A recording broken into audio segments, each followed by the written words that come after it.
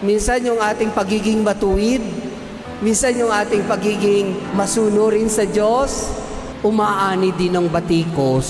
Katulad na nangyari kay Jesus. Yung kanyang paggawa ng mabuti ay umani rin ng batikos. Dahil sa kanyang kabutihan, nagliwanag yung mga masasamang ginagawa ng iba. Dahil sa ating kabutihan, nakukonsensya yung iba. At sa halip na harapin ang kanilang konsensya, ang gusto nila ay masira ka.